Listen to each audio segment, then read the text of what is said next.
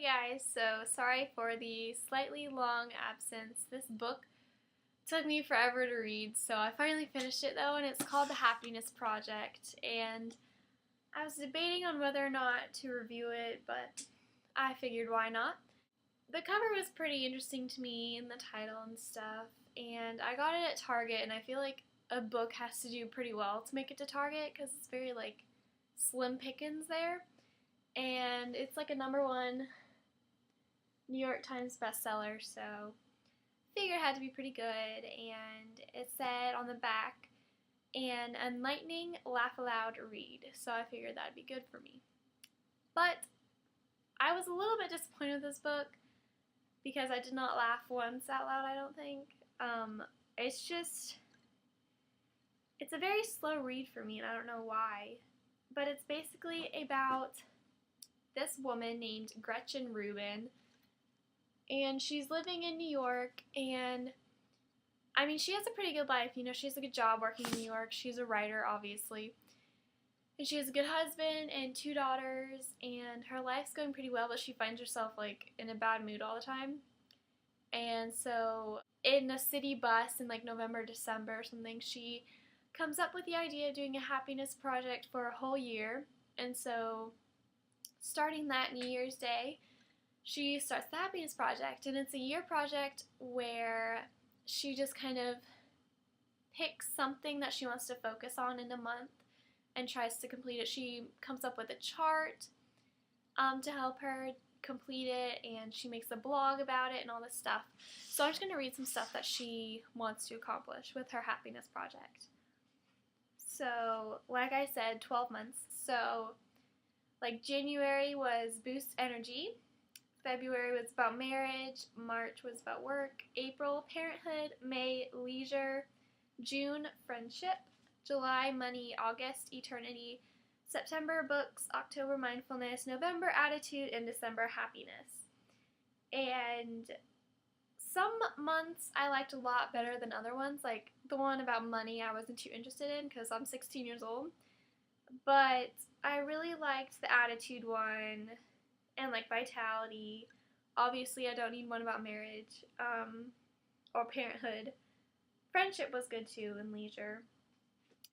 I could have only read about 3 months and I would have been fine. But it was a slow read just because it's not a real story. Like, it doesn't have a plot.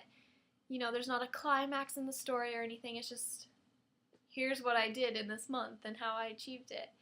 And you can pick it up and read 3 pages. That's what I did a lot of the time, and then I just put it down. And finally one day I was like, okay, I need to finish this book. It's so annoying. So I did. And it did give me some ideas on how to be happier, but overall I think I was pretty happy, but it just looked interesting to me, so I thought I would do it. I would read it, but it gives you some ideas. If you find yourself not happy, I would suggest picking it up. And it does suggest like how to start your own happiness project and stuff like that, which I think is cool. She just focused a lot on her kids and stuff, so I mean, I can't do much with that. So I think adults should read this more than children, but it was still good. It's definitely not one of my favorites because I like a storybook, you know, but I don't know, because self-help books I just feel like are all the same and they don't really help me. It was as good as it could have been, you know. I don't see how it could have been better, I guess. But if you are married and have kids and stuff, I would suggest it. It does, like I said, kind of give you more ideas on how to be happier, and maybe would show you how you're living your life wrong or something like that. But if you're a teenager, not so much. I don't know. I could only relate to about half the stuff she said, so yeah, I mean, I don't know. It makes you, she talks about how she decided to focus on family more and just try and be more patient, which that's a struggle for me to be patient. I'm the least, I'm so impatient, but yeah. What else did she talk about? She talked about how you shouldn't yell at people. That won't make people do things faster, which yesterday my sister tried waking me up and she was screaming at me, and I got so mad and I just kept sleeping. And then my dad came in and he was like really sweet about it. He was like, Sarah, you have to get up. It's like 1 o'clock. And I was like, oh, okay. So definitely don't yell at people because that will not get anything done. She brought that up and I was like, oh, it's actually really, really true.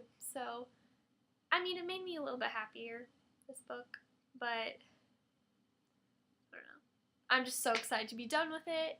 So now I'm reading a World War II book again and I'm so excited. That's like my zen. I'm so happy when I'm reading a World War II book.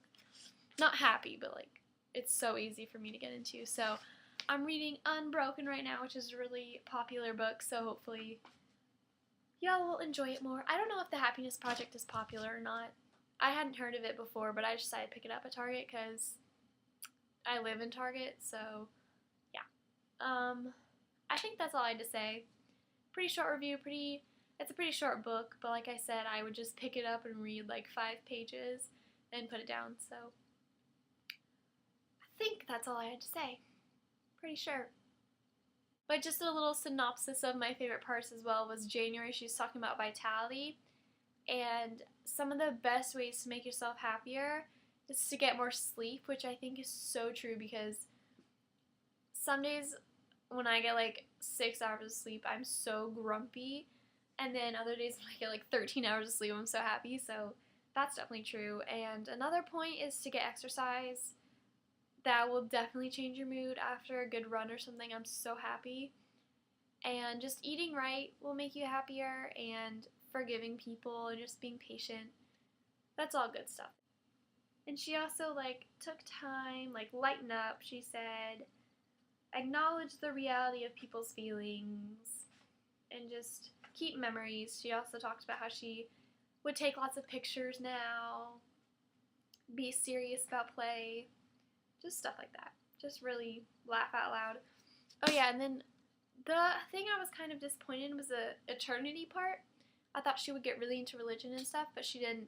She talked about how like Saint Teresa was her favorite, is like her role model and stuff, and how Saint Teresa was all about like laughing out loud and how you need to laugh at yourself to be happier, which I think is so true because I laugh at myself all the time. And I think I'm a pretty happy person, so I think that's true as well.